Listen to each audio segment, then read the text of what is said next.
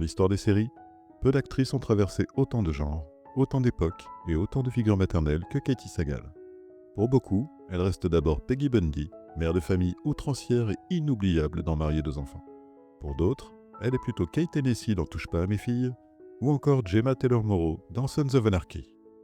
Mais réduire Katie Sagal à une seule de ces incarnations serait passer à côté de ce qui rend son parcours aussi singulier. Car derrière cette longue carrière d'actrice, il y a aussi une chanteuse, une autrice-compositrice et une femme dont la vie a été marquée très tôt par le deuil, la famille et la reconstruction. Que ce soit au travers de ses rôles ou dans le privé, la question de la maternité semble jalonner sans cesse la vie de Katie. Et chaque fois, elle parvient à nous proposer une forme différente de cette figure maternelle. Tour à tour hilarante et satirique, ou touchante et pleine de tendresse, ou parfois même inquiétante, violente et presque shakespearienne. Dans ce nouvel épisode de Carrière en série, on va retracer le parcours de Katie Sagal, de ses débuts dans la musique à ses plus grands rôles télévisés, pour comprendre comment cet artiste multiple a fini par devenir l'un des visages les plus durables et les plus familiers du petit écran.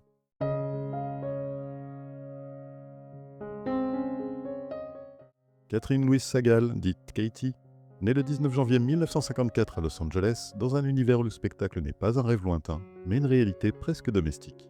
Son père, Boris Sagal, est réalisateur, et sa mère, Sarah Zwillig, est chanteuse et productrice de télévision. 1 an après sa naissance vient au monde son frère David, puis un second, prénommé Joseph, voit à son tour le jour en 1957. Autour des 3 enfants, la création, les plateaux et les artistes font déjà partie du décor familial. Ainsi, la musique entre très tôt dans la vie de Katie, par le biais de cours de chant qu'elle commence à prendre dès l'âge de 5 ans. En 61, la fratrie s'agrandit encore avec l'arrivée de 2 sœurs jumelles, Liz et Jean. 4 ans plus tard, la famille Sagal déménage à Brentwood, un quartier résidentiel huppé de Los Angeles. C'est là, dans les années qui suivent, que Katie apprend la guitare et le piano.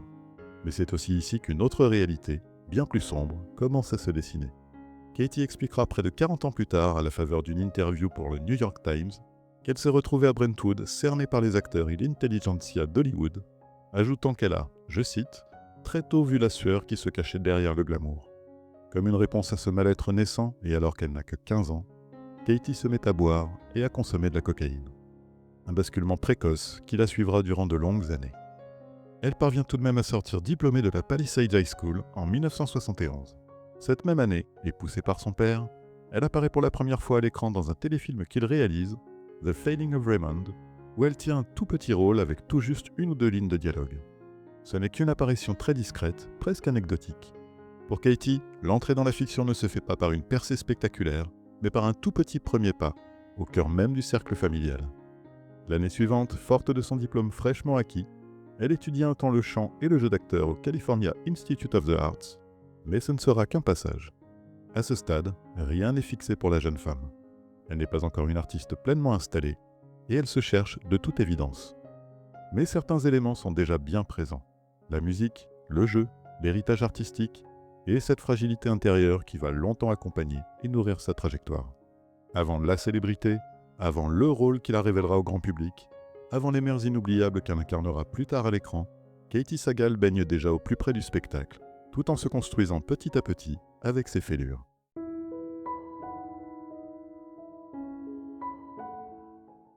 Au début des années 70, Katie Sagal entre donc dans l'âge adulte sans encore suivre de trajectoire bien définie.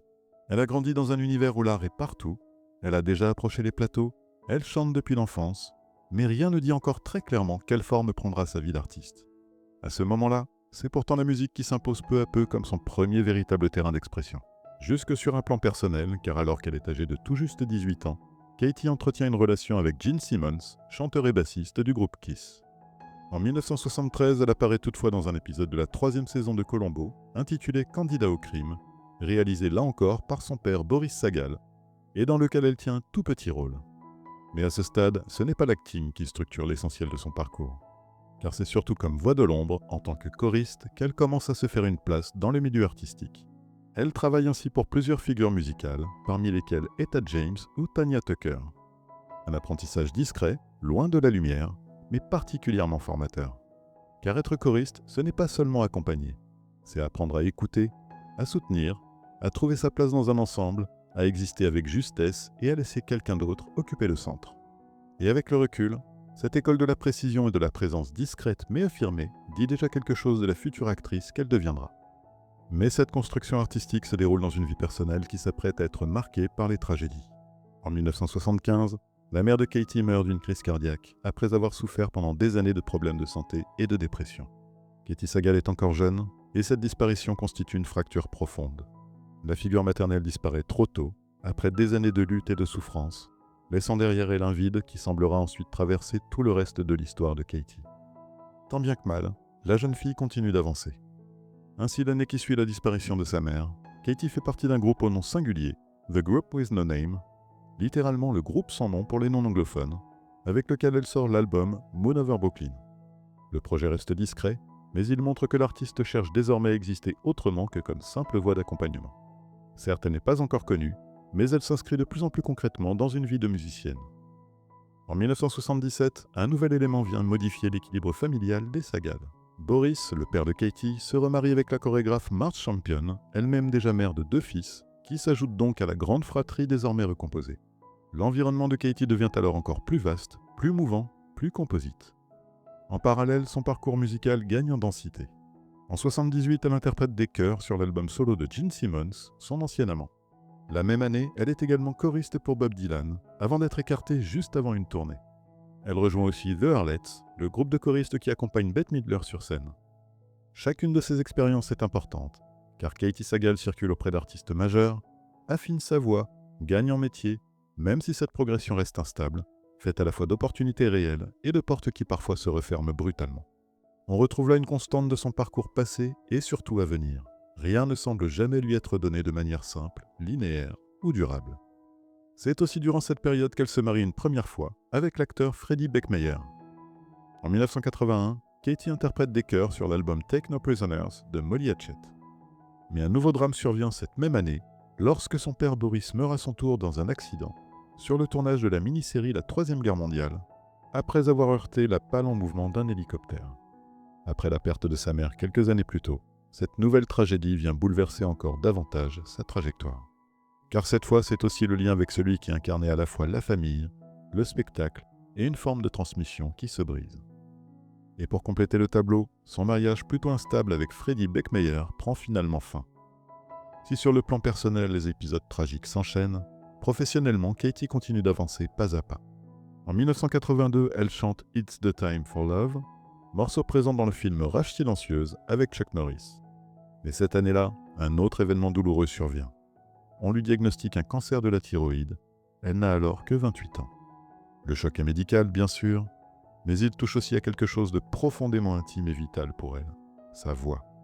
Pour une chanteuse, l'idée même qu'une opération puisse altérer cet instrument central est forcément vertigineuse. Elle traverse pourtant cette épreuve. Et la même année, comme un acte de défiance, elle rejoint de nouveau les Arlettes de Bette Midler. Comme souvent chez elle, la fragilité et la persévérance avancent ensemble.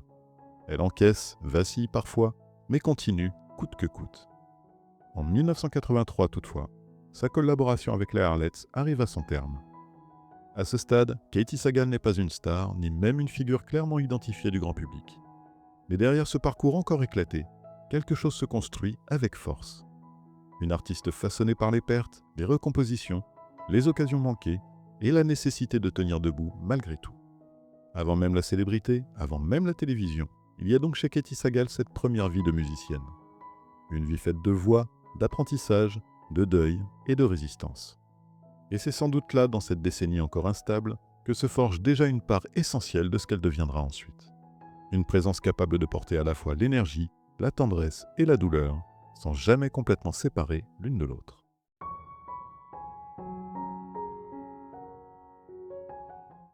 Au milieu des années 80, Katie Sagal n'est encore ni une star, ni un visage incontournable de la télévision américaine. Elle vient de traverser plus d'une décennie faite de musique, de deuil, de dépendance et d'épreuves physiques. Mais c'est précisément à ce moment-là, alors que son parcours pourrait se disperser, qu'un tournant décisif se présente. Dans un premier temps, en 1985, elle continue pourtant à travailler dans la musique et interprète des chœurs sur le single d'Olivia Newton-John, Soul Kiss. Cette fidélité au chant montre que même après les chocs du début des années 80, elle reste profondément liée à sa première identité artistique. Mais désormais, une autre porte commence aussi à s'ouvrir, plus franchement, celle de la télévision. Cette ouverture prend une forme concrète lorsqu'elle rejoint le casting de la sitcom Mary, portée par Mary Tyler Moore. Pour Katey Sagal, c'est une opportunité importante. Non seulement parce qu'elle accède à une production de plus grande visibilité, mais aussi parce qu'elle s'inscrit enfin dans un cadre où le jeu peut devenir autre chose qu'un à côté de la musique. La série ne dure pourtant pas. Annulée après 13 épisodes seulement, sur fond de résultats décevants et de tensions créatives, elle aurait pu n'être qu'une tentative avortée de plus. Et pourtant, ce moment compte pour Katey, car il intervient dans une période de bascule beaucoup plus profonde pour elle. En effet, elle se marie alors pour la seconde fois avec le musicien Fred Lombardo. Mais surtout, après des années de dépendance à l'alcool et à la drogue, Katey Sagal devient sobre. Après une si longue période marquée par ses addictions, elle entame alors un changement majeur dans sa vie. Ce choix, qui touche au plus intime, n'a rien d'anecdotique dans sa trajectoire. Il ne s'agit pas seulement d'un redressement personnel. C'est aussi le début d'une reconstruction, d'une reprise en main et d'un rapport différent à elle-même et à son avenir.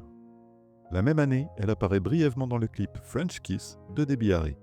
Là encore, rien qui ressemble à une consécration, mais une continuité. Son visage circule, sa présence s'affirme, et surtout elle continue d'exister dans le paysage artistique, sans disparaître après l'échec de Marie. Et le véritable basculement arrive enfin en 1987. Cette année-là, Katey Sagal obtient le rôle de Peggy Bundy dans la sitcom déjantée Mariée 2 enfants. Et cette fois, tout change. Peggy Bundy est immédiatement identifiable. Sa coiffure flamboyante, son ironie mordante, son refus absolu des normes de l'épouse parfaite américaine, sa paresse assumée, son extravagance et son sens de la réplique font d'elle une figure à part. À une époque où la sitcom familiale repose encore largement sur des modèles très balisés, Peggy apparaît comme une véritable rupture. Elle est mère, oui, mais reste irrévérencieuse, excessive, antidomestique, presque anarchique dans sa manière de détourner les attentes que la société projette sur son rôle au sein de cette famille totalement décalée. Et c'est peut-être là que cette incarnation devient particulièrement intéressante dans le parcours de Katey Sagal. Parce qu'avec Peggy Bundy, elle accède enfin à la célébrité en endossant déjà à sa manière une variation très singulière de la figure maternelle. Une mère comique, dysfonctionnelle, provocatrice, loin des archétypes rassurants. Autrement dit, bien avant Gemma Taylor-Morrow, et bien avant tous les autres rôles maternels qui jalonneront sa carrière, Katey Sagal commence déjà à imposer sa marque à travers une mère hors norme. Le succès de Mariée 2 enfants la rend célèbre durablement. Après des années de travail de l'ombre, de faux départs et d'instabilité, elle devient enfin un visage reconnu du grand public américain. Mais ce succès ne signifie pas pour autant que la douleur disparaît de sa vie. En 1989, son mariage avec Fred Lombardo prend fin, et l'année se termine sur un nouveau drame personnel, lorsque Katey fait une fausse couche après 2 mois de grossesse. L'année suivante, elle rencontre le musicien et acteur James Cameron White, avec qui elle entame une relation. En parallèle de Mariée 2 enfants, elle revient aussi à ses premières amours en chantant Loose Cannons, la chanson thème d'un film avec Gene Hackman et Dan Aykroyd. Comme un rappel discret que la musique, même après la percée télévisuelle, reste toujours présente dans son parcours. Puis en octobre 1991, une nouvelle tragédie intime vient bouleverser son existence. À presque 8 mois de grossesse, sa fille Ruby naît sans vie. Cette morti-naissance est une épreuve terrible. Et dans une trajectoire où la question de la maternité revient sans cesse, après sa fausse couche 2 ans plus tôt, cet événement occupe une place profondément singulière. Car au moment même où Katey Sagal incarne à l'écran l'une des mères les plus célèbres de la télévision américaine, sa propre vie est frappée par ces 2 pertes irréparables. Ce contraste donne à cette période une résonance particulière. D'un côté, la célébrité, la reconnaissance, l'installation durable dans le paysage télévisuel. De l'autre, ces blessures intimes qui touchent précisément à ce qui deviendra l'un des grands fils rouges de son parcours. La maternité, désirée, traversée, parfois douloureuse, parfois empêchée. Avec le recul, cette 3e partie de sa vie apparaît comme un moment de double bascule. Katey Sagal y devient enfin une actrice connue, mais elle y entre aussi dans une période où succès public et fracture personnelle vont désormais coexister de manière beaucoup plus visible. En accédant à la notoriété avec Peggy Bundy, elle ne trouve donc pas seulement un rôle culte. Elle trouve aussi, sans le savoir, la première grande figure d'une longue galerie de mères qui, sous des formes très différentes, vont accompagner le reste de sa carrière.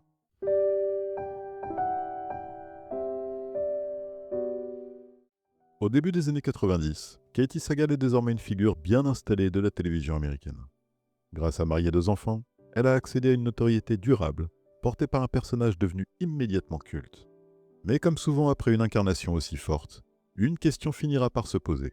Que faire après Peggy Bundy, sans rester totalement prisonnière de ce rôle ? En parallèle de la série, sa vie personnelle continue d'évoluer. En 1993, elle se marie avec Jack White et tous deux accueillent leur premier enfant, une fille prénommée Sarah Grace. Katie sort aussi son premier album solo, intitulé Well. Ce disque rappelle une évidence que la célébrité télévisuelle a parfois tendance à faire oublier. Avant d'être une actrice reconnue, Katie Sagal est aussi une musicienne, et la chanson reste une part essentielle de son identité artistique. En 1996, le couple donnera un petit frère à leur fille, prénommé Jackson James. Après la douleur immense de sa fausse couche et de la perte de Ruby quelques années plus tôt, sa naissance marque enfin une autre étape de sa vie. La maternité, qui traverse déjà son parcours de manière si forte, prend ici une forme plus heureuse, plus concrète, enfin plus apaisée. La série Mariée 2 enfants poursuit sa route jusqu'en 1997. Mais après 11 saisons, elle s'achève. C'est une page qui se tourne sur un chapitre majeur de la carrière de Katie. Pendant plus d'une décennie, Peggy Bundy a fait de l'actrice un visage immédiatement reconnaissable, associé à un grand rôle comique de la télévision américaine. Mais comme évoqué plus tôt, cette longévité crée aussi un défi, celui de réussir l'après. Dès cette même année 97, elle commence à prêter sa voix à la série d'animation Recess. Et ce passage au doublage n'a rien d'anodin. Il lui permet non seulement de prolonger sa carrière télévisuelle différemment, mais aussi de revenir d'une certaine manière à ce qui a toujours été au cœur de son parcours, sa voix. Chez Katie Sagal, la voix n'est jamais seulement un outil technique. Elle est un prolongement direct de sa présence, de son identité, presque de son histoire. Toutefois, l'artiste reste active à l'écran.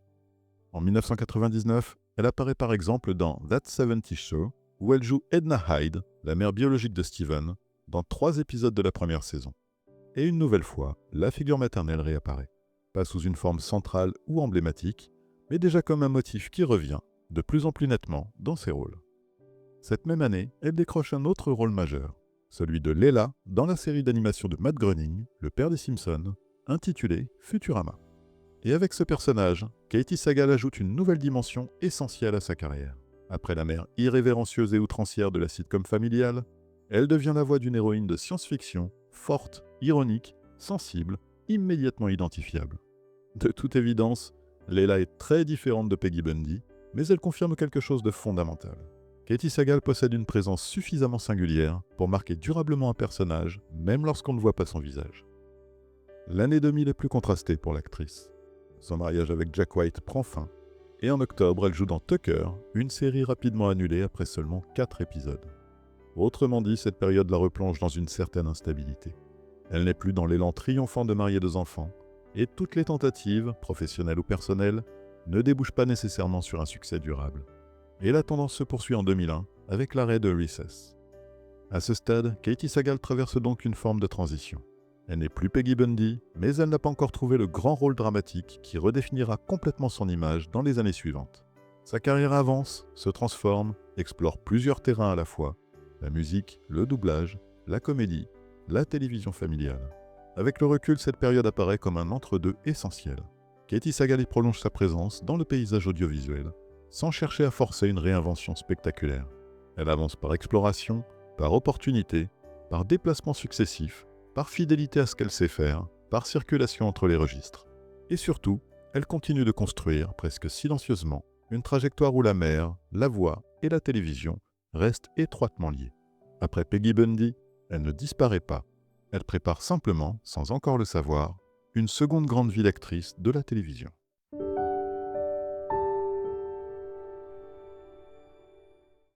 Au début des années 2000, Katie Sagal entre donc dans une nouvelle phase de sa carrière. Elle n'est plus seulement l'ancienne Peggy Bundy, ni seulement une voix reconnaissable de l'animation. Elle est désormais une actrice installée, expérimentée, mais encore en transition, à la recherche d'un nouvel ancrage durable à l'écran. Cet ancrage arrive en 2002 avec une nouvelle sitcom intitulée « Touche pas à mes filles ». Katie Sagal y décroche le rôle de Kate Tennessee, mère de famille dans cette série construite autour du quotidien domestique, des tensions familiales et du passage à l'adolescence. Et cette étape compte dans son parcours. D'abord parce qu'il la ramène à un format populaire, accessible, très exposé. Ensuite parce qu'il prolonge à nouveau ce lien si particulier entre sa carrière et la figure maternelle. Mais cette fois, on est loin de l'ironie agressive et de l'excès de Peggy Bundy.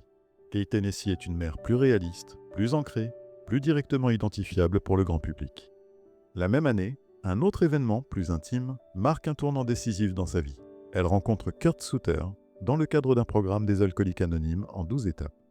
À ce moment-là, rien ne laisse encore deviner à quel point ce premier contact comptera, à la fois sur le plan personnel et dans la suite de sa trajectoire artistique. Mais selon Souter, lors d'une interview croisée menée par Michael Rosenbaum, cette simple rencontre n'est que le prélude d'un grand chapitre qui ne demande qu'à s'ouvrir.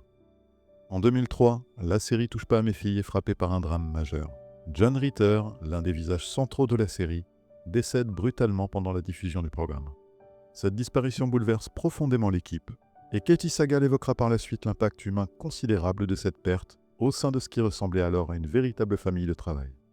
Dans une carrière déjà marquée par plusieurs deuils, cette épreuve vient une nouvelle fois rappeler combien le personnel et le professionnel, chez elle, se croisent souvent dans la douleur. Si la production ne touche pas à mes filles se poursuit malgré la perte tragique de Ritter, dans le même temps, l'autre série dans laquelle évoluait Katie, Futurama, est annulée une première fois. Mais c'est sur le plan sentimental que la vie de Sagal semble enfin trouver plus de stabilité. Kurt Sutter, qui vient de décrocher un poste sur la future série à succès The Shield, reprend contact avec Katie et tous deux entament une relation amoureuse. Là encore, plusieurs dimensions de la vie de l'actrice semblent avancer en parallèle.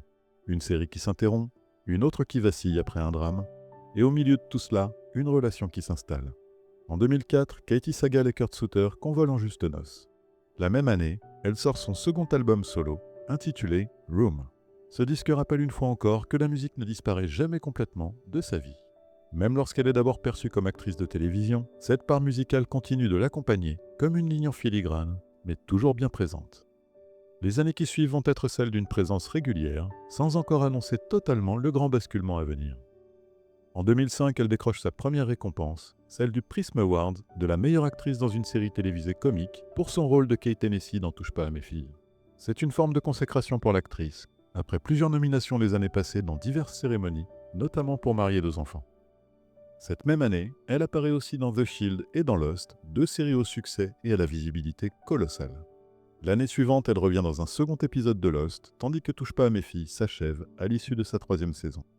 Katie Sagal continue ainsi de travailler, de circuler d'une série à l'autre, de rester visible, mais sans encore retrouver un rôle qui redéfinisse profondément son image.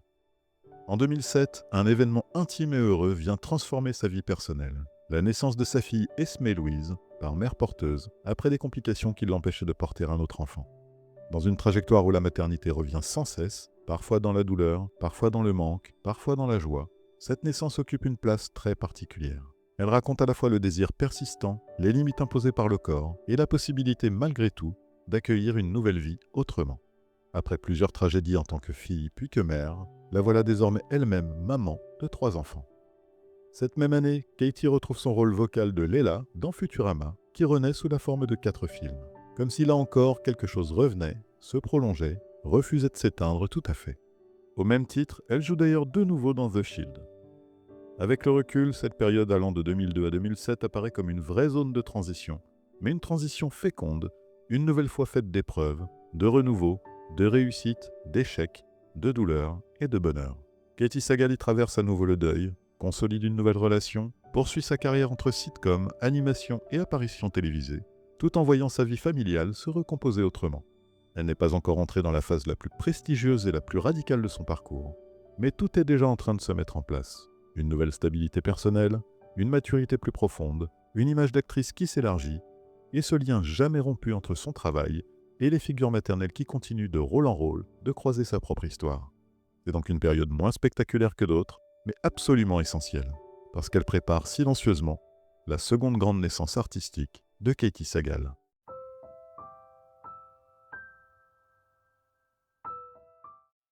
Cette seconde naissance artistique est offerte à Katie par celui qui est désormais son mari et le père de son dernier enfant, Kurt Sutter. Car en 2008, Sutter crée, écrit et produit une nouvelle série intitulée Sons of Anarchy, et dans laquelle il a écrit un rôle sur mesure pour son épouse, celui de Jemma Taylor-Morrow. Et avec ce rôle, la carrière de Katie prend un tournant majeur. Quelque chose change profondément dans la manière dont le public, la critique et l'industrie regardent enfin son travail, au travers de ce personnage bien loin de ce qu'elle a incarné jusque-là. Katie Sagal était déjà une figure familière de la télévision américaine. Elle avait été une icône de sitcom avec Peggy Bundy. Elle était aussi devenue une voix culte grâce à Leila dans Futurama. Mais avec Jemma, elle accède à une autre dimension, celle de la grande actrice dramatique. Jemma Taylor-Morrow est une mère, bien sûr, encore une fois. Mais cette fois, on est à 1000 lieues de la satire familiale ou de la comédie.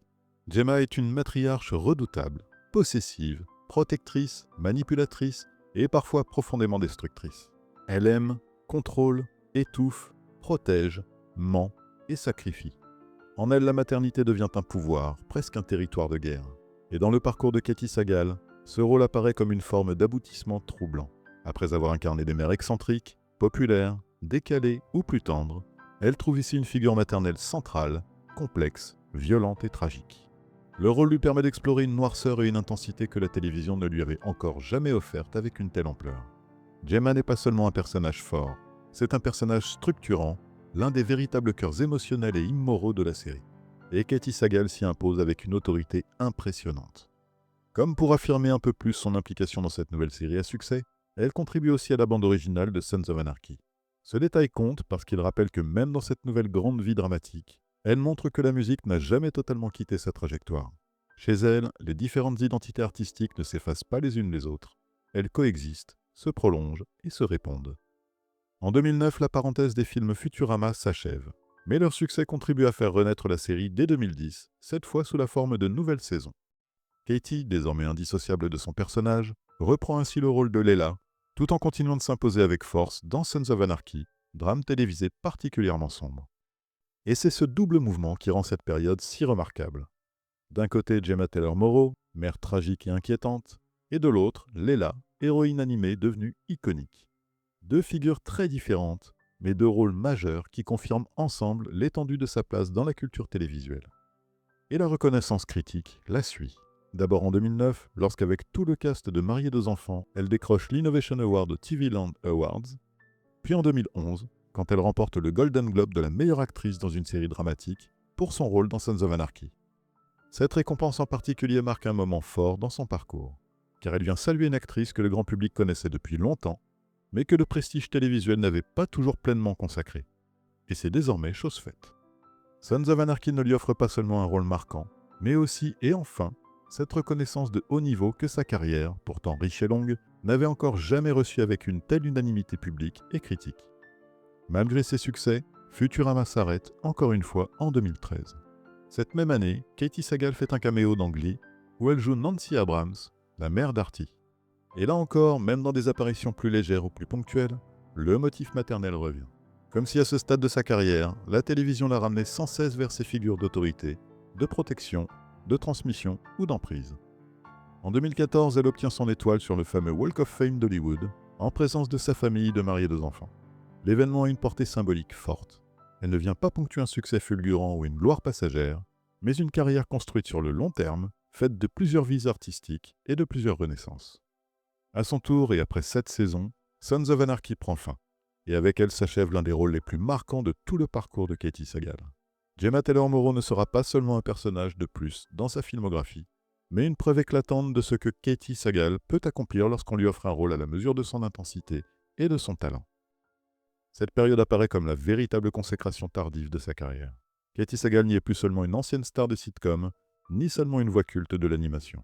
Elle s'y est révélée être une actrice dramatique majeure, capable d'imposer une présence redoutable dans une des séries les plus marquantes de son époque. Et surtout, cette consécration s'articule une fois encore autour de la figure de la mère. Mais là, la mère n'est plus un ressort comique, ni une présence secondaire. Elle devient le cœur sombre du récit, la personnification de la puissance, de la blessure, du contrôle et de la tragédie. Et c'est sans doute ici que se cristallise le mieux la singularité de Katey Sagal. Réussir à construire au fil des décennies une carrière où la maternité prend des visages radicalement différents, grotesques, tendres, populaires, vocales, tragiques, jusqu'à devenir avec Gemma l'un des visages les plus inoubliables de la télévision américaine contemporaine.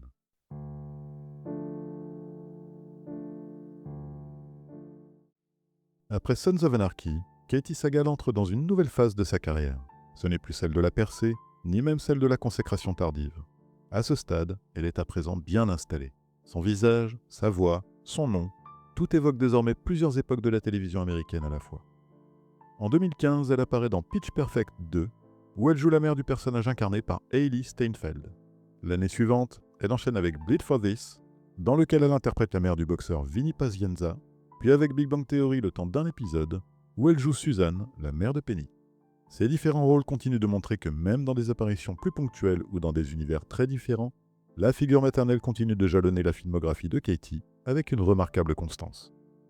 En 2017, elle change toutefois totalement de registre en publiant ses mémoires sous le titre Grace Notes, My Recollections, comme une forme de conclusion sur une grande partie de sa vie, comme un exutoire des drames qui l'ont jalonné ou des démons qui l'ont poursuivi trop longtemps. Ce livre, qui marque une forme de retour réflexif, est évidemment essentiel dans son parcours.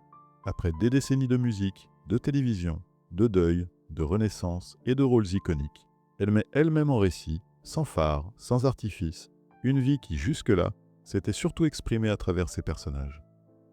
Puis elle rejoint une nouvelle sitcom intitulée Superior Donuts, preuve qu'elle continue à circuler entre les registres sans jamais se figer dans une seule image. En 2018, sa trajectoire confirme encore cette mobilité. En effet, elle intègre la 9e saison de Shameless dans le rôle récurrent du docteur Ingrid Jones, personnage excentrique et instable qui s'insère parfaitement dans l'univers chaotique et barré de la série. Cette même année, elle reprend aussi brièvement son rôle iconique de Gemma Taylor-Morrow dans Mayans MC, spin-off de Sons of Anarchy. Comme un rappel que certains personnages, une fois entrés dans l'histoire de la télévision, continuent de projeter leur ombre bien après la fin de leur série d'origine. Superior Donuts s'achève à l'issue de sa seconde saison, mais Katie Sagal rejoint presque aussitôt les Connors dans le rôle de Louise Goldufsky-Connor. Et ce rôle va prendre une place importante dans cette partie de sa carrière. Là encore, on retrouve chez elle cette capacité à habiter des personnages à la fois solides, abrasifs, chaleureux et traversés par une vraie densité humaine. En 2020, elle apparaît dans un épisode de Dead to Me, aux côtés de Christina Applegate, qui jouait sa fille dans Mariés 2 enfants. L'année suivante, elle tient le rôle principal de la série Rebelle, un drame judiciaire inspiré de la vie d'Erin Brockovich. Mais la série est annulée rapidement, après seulement quelques épisodes diffusés. À ce stade d'une longue carrière, et malgré ses faits d'armes, tout n'est donc pas forcément synonyme de réussite durable. Katie Sagal reste une actrice qui continue d'avancer dans un paysage télévisuel changeant, parfois brutal, où la légitimité acquise ne garantit jamais totalement la stabilité des projets. Cette même année, un événement plus personnel vient rappeler la fragilité du réel. L'actrice est heurtée par une voiture alors qu'elle traverse une rue de Los Angeles. Hospitalisée pour des blessures qui ne mettent toutefois pas sa vie en danger, elle quitte l'hôpital le jour même. L'épisode est évidemment sans commune mesure avec les drames plus profonds qui ont marqué sa vie, mais il rappelle malgré tout une chose simple. Derrière la figure publique, il y a toujours un corps, une vulnérabilité, une existence exposée aux accidents du temps. Sur le plan professionnel, elle revient en 2022 dans Dead to Me pour 2 épisodes supplémentaires. Puis en 2023, comme si elle refusait tout simplement le trépas, Futurama renaît encore une fois, cette fois sur Hulu. Et Katie, bien sûr, rempile. Ce retour a quelque chose de presque symbolique, parce qu'à travers Leila, Katie Sagal continue de faire vivre l'un des rôles les plus aimés de sa carrière, comme si certaines voix, contrairement aux séries elles-mêmes, ne cessaient jamais tout à fait de revenir. En 2025, après 7 saisons, les Connors s'achèvent à son tour. Encore une fin de série, encore une page qui se tourne. Mais chez Katie Sagal, les fins n'ont jamais vraiment signifié l'effacement. Et cela se confirme en 2026, lorsqu'elle rejoint la 2e saison de l'adaptation en live-action de One Piece sur Netflix, dans le rôle du docteur Kureha. Ce personnage de médecin redouté, mentor et figure d'autorité, apporte une nouvelle variation à un motif déjà omniprésent dans sa carrière. Celui de la femme qui protège, qui guide, qui impressionne, parfois qui domine, mais qui transmet toujours quelque chose. Ce n'est pas une mère au sens littéral, et pourtant dans la logique profonde de sa trajectoire, cette figure s'inscrit presque naturellement dans la continuité de toutes celles qui l'ont précédée. Avec le recul, cette dernière période montre à quel point Katie Sagal a dépassé le statut de simple actrice associée à quelques rôles cultes.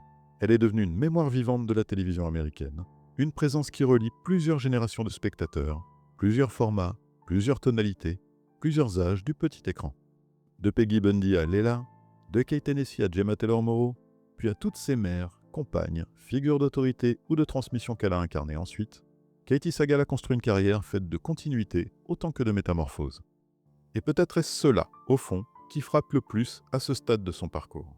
Non pas l'idée d'une actrice qui durerait simplement parce qu'elle a été célèbre, mais celle d'une femme et d'une artiste que la télévision continue d'appeler, encore et encore, dès qu'elle a besoin d'une présence à la fois familière, forte, blessée, protectrice et profondément humaine.